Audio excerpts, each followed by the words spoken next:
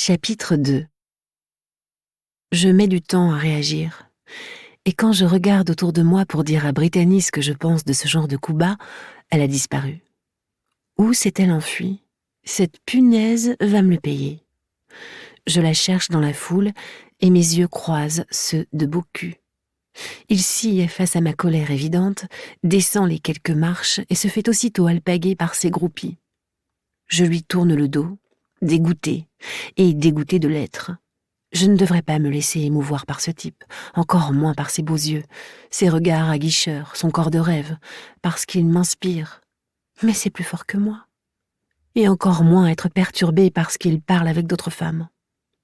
J'échappe moi-même aux félicitations de curieuses qui veulent tout savoir de moi et courent vers le bar. Personne. Brittany a bel et bien disparu. Je passe en revue les pièces du rez-de-chaussée et plus les minutes défilent, plus j'enrage. Si je ne veux pas d'homme dans ma vie, j'ai le droit, non? C'est mon choix. Et putain, 1 000 $, ce n'est pas rien. Où veut-elle que je les trouve? Ce n'est pas comme si je roulais sur l'or. Les fins de mois sont difficiles, la boutique ne fonctionne pas comme je l'espérais. Je n'ai pas le droit à l'erreur, je le sais, ou je devrais mettre la clé sous la porte. Pour le moment, je n'arrive à me dégager qu'un petit salaire tout juste suffisant pour vivre décemment et payer les charges de mon appartement, dont heureusement je suis propriétaire. Je n'aurais jamais dû lui permettre de s'immiscer dans ma vie de cette manière, lui laisser croire qu'elle pouvait me trouver un mec dont je n'ai que faire. Je dois me rendre à l'évidence. Elle s'est volatilisée, mais elle ne perd rien pour attendre. Cette fois-ci, elle est allée trop loin. Après avoir encore une fois fait le tour des pièces du rez-de-chaussée, je gagne l'une des grandes terrasses extérieures face à la mer. Les lumières du site, ainsi que celles de la lune, me permettent de voir le rivage, l'écume des vagues se brisant sur la plage. C'est beau, reposant, et ça me fait un bien fou. Malgré mon état de nerfs, je profite du moment de quiétude, loin du bruit, de la musique et de l'agitation ambiante. Un long frisson me parcourt l'échine, ma nuque me picote. À la manière dont mon corps réagit, je sais qu'il est là, tout près. Je regarde brièvement derrière moi, puis je reprends ma position initiale. C'est bien lui? Qu'est-il venu chercher? Des explications sur mon comportement ou un autre baiser? J'ignore sa présence, tout en continuant d'observer la mer. Il s'arrête à une distance raisonnable, mais même comme ça, sa chaleur irradie sur chaque infime parcelle de ma peau qui se hérisse. Mes ongles griffent la pierre. Mon dos se raidit, j'ai mal entre les omoplates, et demain ce sera le torticolis assuré. Pourquoi suis-je en colère? Contre moi-même ou contre lui? Contre lui, parce qu'il est beau, attirant comme un astre, alors qu'il n'y est pour rien, soyons réalistes.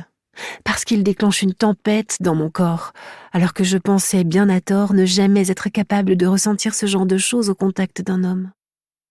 J'entends ses pas se rapprocher, et toute ma peau se couvre de frissons.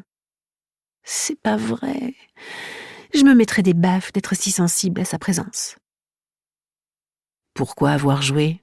Avoir remporté la victoire et vous être sauvé? Je ne comprends pas. Sa voix est incroyablement chaleureuse, avec une petite pointe de déception.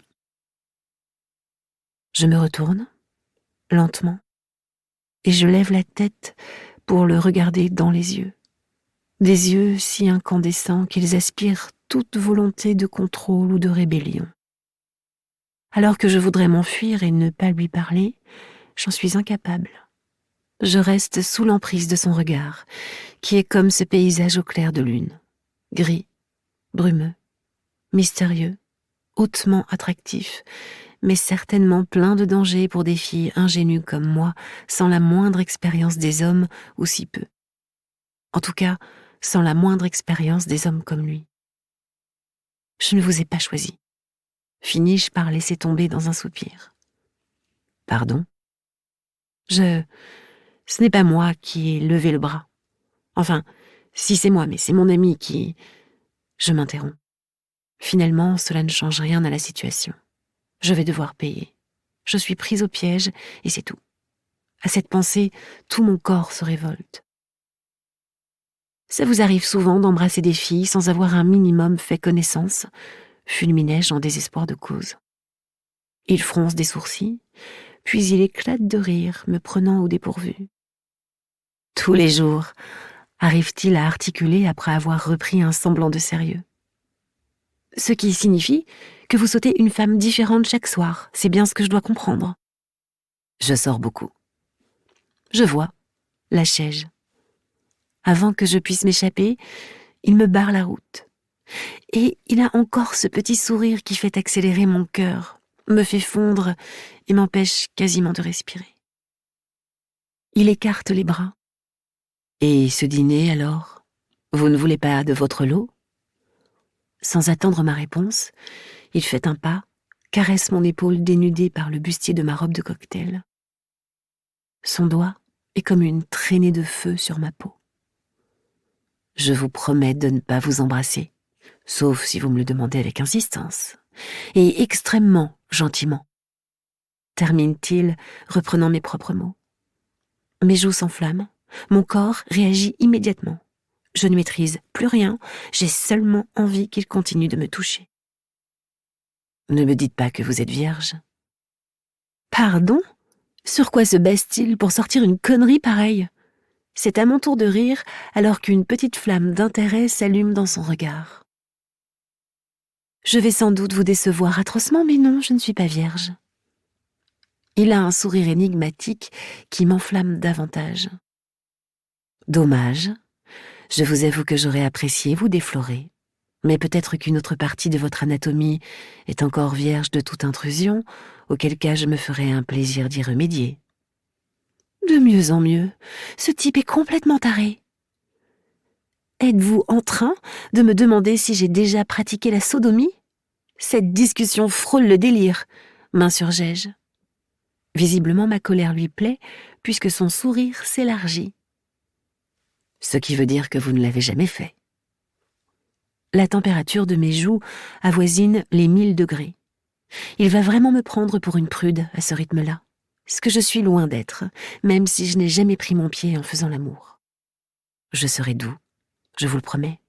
Le plus doux des amants, vous pouvez me faire confiance. Il est hors de question que je couche avec vous, m'écriai-je ulcérée. Alors que j'en ai envie. Bien sûr que j'ai envie de lui, très envie même. Je ne pense qu'à ça depuis que nos chemins se sont croisés. Et je m'en veux d'avoir de telles pulsions, cela ne me ressemble pas. Pourquoi? S'étonne-t-il d'un air innocent. Oh, bon Dieu, il me rend folle. Mais parce que je ne couche pas avec n'importe qui. Encore moins avec un type que j'ai surpris en train d'en baiser une autre. Donc merci, mais je ne suis absolument pas intéressée. Par moi ou par la baise en général? Combien avez-vous eu d'amants? Enchaîne-t-il, profitant de mon air interloqué.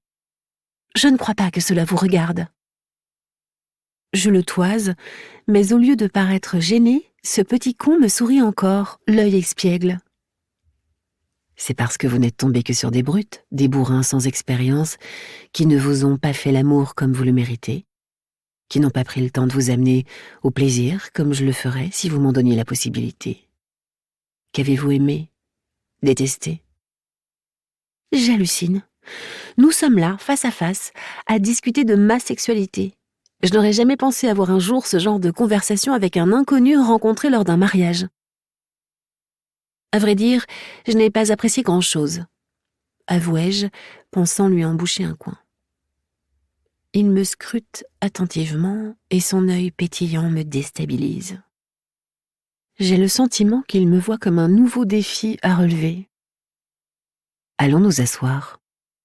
Il me désigne un banc un peu plus loin. Encore sous le choc de cette situation, pour le moins rocambolesque, j'acquiesce silencieusement et le suis, en me demandant si je ne devrais pas au contraire m'enfuir à toutes jambes. Ne bougez pas, je reviens. Après quelques minutes, il revient avec une bouteille de whisky, une de cola et 2 verres. Il m'en tend un que j'accepte. Après tout, un petit verre ne me fera pas de mal. J'ai fini mon service, les rares couples qui n'ont pas rejoint les chambres mises à leur disposition déambulent et visiblement n'ont plus besoin de moi. Je reporte mon attention sur Bocu, qui, après nous avoir servi généreusement, sirote sa boisson. Je surprends son regard sur moi. Oui, je devrais me tirer, aller me reposer, je suis claquée. Et surtout, je devrais le fuir pendant que j'en suis encore capable. Mais je dois avouer que ce type me fascine et m'amuse malgré moi. « Alors ?» demande-t-il. « Alors quoi ? Qu'attendez-vous de moi ?» dis-je après quelques secondes de silence pendant lesquelles nous nous jaugeons. « La vérité, et que vous acceptiez ce rendez-vous. » Il pose soudain sa main sur ma nuque, la presse entre ses doigts, descend le long de mon trapèze gauche, une main chaude, au toucher doux et sensuel, qui me bouleverse. Alors, ses amants, combien ? Sa voix, rauque à souhait, s'insinue dans chaque infime parcelle de mon corps. J'avale une nouvelle gorgée pour me donner une contenance. Quelle importance, puisqu'aucun d'entre eux ne m'a laissé un souvenir mémorable. Combien d'hommes ont eu la chance de toucher cette peau si délicate ? Demande-t-il encore en promenant ses doigts sur ma nuque.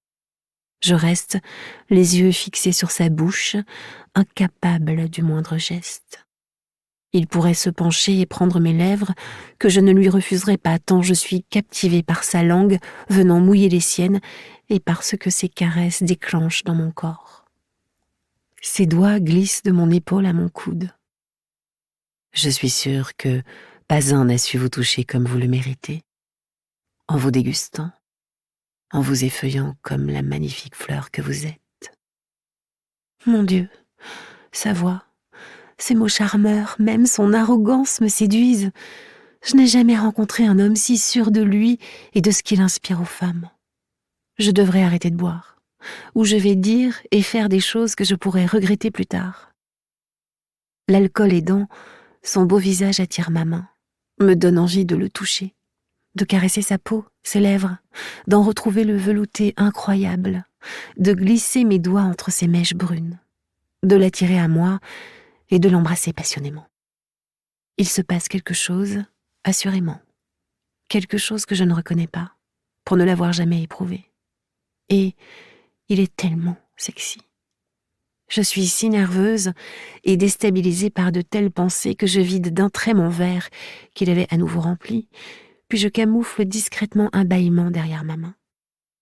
Je devrais rentrer, marmonnai-je. Il me devance, se lève et me tend la main. Je vais vous ramener chez vous. C'est plus un ordre qu'une invitation.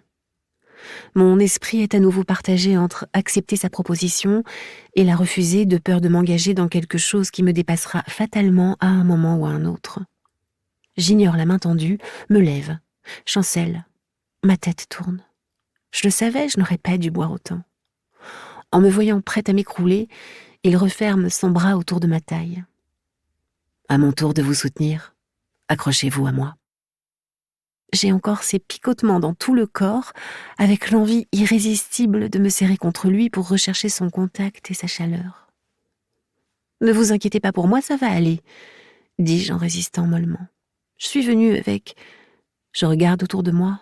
« Mon fourgon, mais je ne sais plus où je l'ai garé. » Il affermit sa prise, me serre contre lui, me fait faire un pas.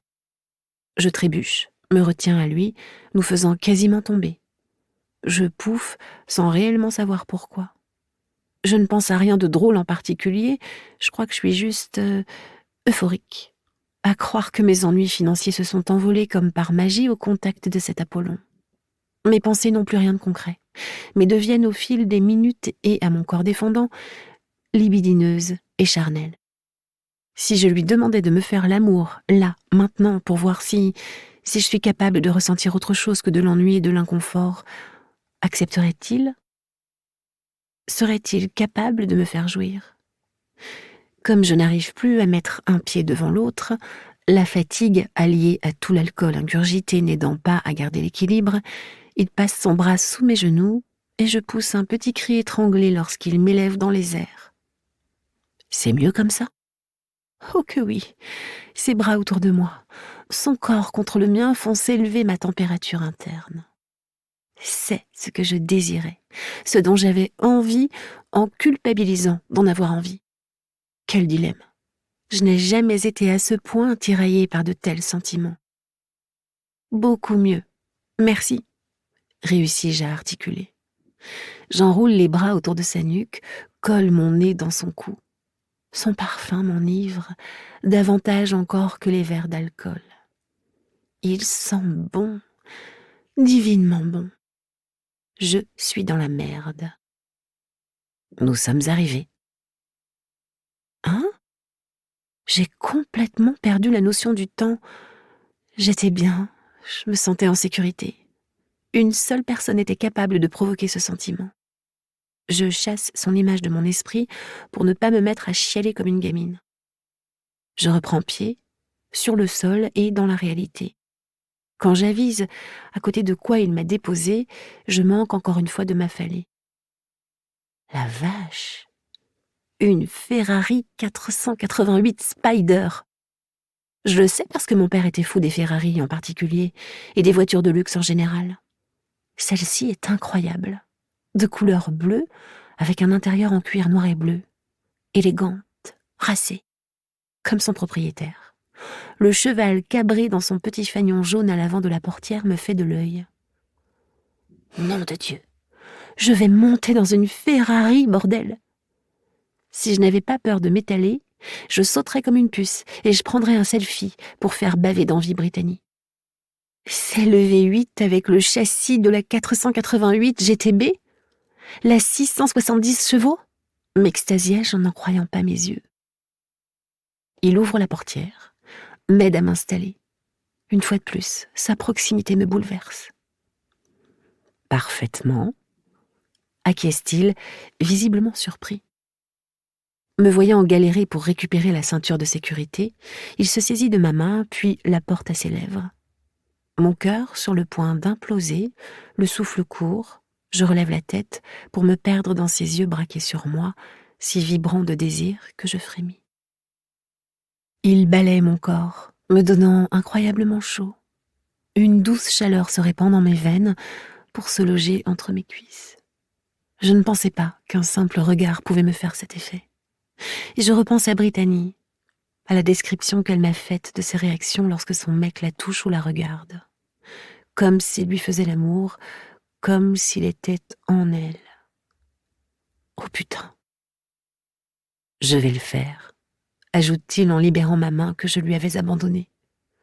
J'ouvre la bouche, mais je retiens ma respiration en sentant ses cheveux frôler mon visage lorsqu'il se penche pour accrocher ma ceinture.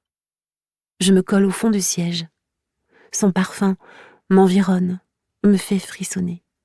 Cela, malgré moi, malgré mon acharnement et mes résolutions à ne pas me laisser séduire si aisément.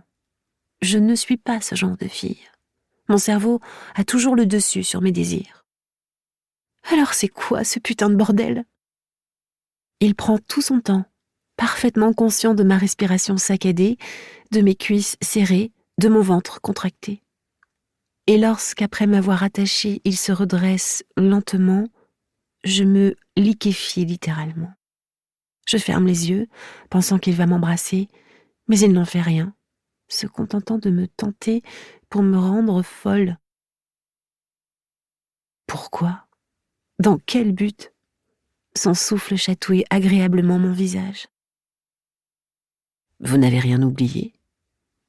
J'ouvre les yeux, avale difficilement ma salive en me perdant dans ses iris brumeux.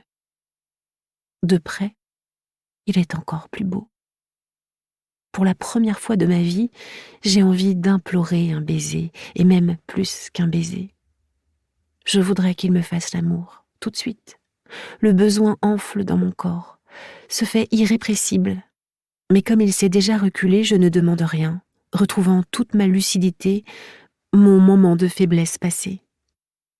Rien oublié? Ah, si. Alors que mon corps crie « Prends-moi, fais-moi l'amour », je prononce, après m'être éclairci la voix « Je n'ai pas ma pochette. Mes clés, Elle est sous le bar, noire avec des brillants », bafouillai-je. Il a un petit sourire en coin, se recule. J'y vais, ne bougeait pas, comme si j'en avais envie. Je le suis du regard quelques secondes, puis, lorsqu'il disparaît, je ferme les yeux et pousse un profond soupir. « Jody, reprends-toi, merde !» Mais ça fait tellement longtemps qu'un homme ne m'a pas tenue dans ses bras. Je ne parle même pas de me faire vibrer, parce que je crois que ce que je viens de vivre, je ne l'ai jamais ressenti. Je repousse mes pensées, ouvre les yeux en entendant la portière côté conducteur s'ouvrir. Il s'assied avec souplesse, me tend ma pochette, que je m'empresse de serrer contre mon ventre, dans un instinct puéril de protection. Mon souffle accélère, tout comme mon rythme cardiaque, lorsque je soude mon regard au sien, pour ensuite me repaître de chacun de ses gestes. Sa veste qu'il jette à l'arrière, sa main sur la clé de contact, sa cuisse qui se contracte quand il appuie sur la pédale d'accélérateur, faisant vrombir les moteurs. Je n'en perds pas une miette, séduite, conquise, charmée, bercée par le bruit sourd du V8. Je rêve. Moi, petite commerçante d'Austin sans le sou, je me retrouve assise à côté d'un type incroyablement beau dans une voiture de dingue. Un vrai conte de fées. Mais je suis réaliste, ça ne va pas durer, et mon beau rêve va s'évanouir dans un nuage de fumée. Pouf! Mon carrosse va se transformer en citrouille, et mon prince charmant en rat de laboratoire. Et moi, je vais me retrouver assise par terre, les fesses sur le bitume, en maudissant la méchante sorcière qui a osé me faire le coup de la souillon déguisée, l'espace de quelques heures, en princesse des 1001 nuits, dont un merveilleux prince tombe éperdument amoureux. Vous habitez Corpus. Dur retour à la réalité. Non, Austin. J'ai pris une chambre au Red Roof. Quelle adresse ? Demande-t-il encore en pianotant sur le GPS. 6805 Padre Island, si ma mémoire est bonne. Il me sourit, visiblement amusé par mon état.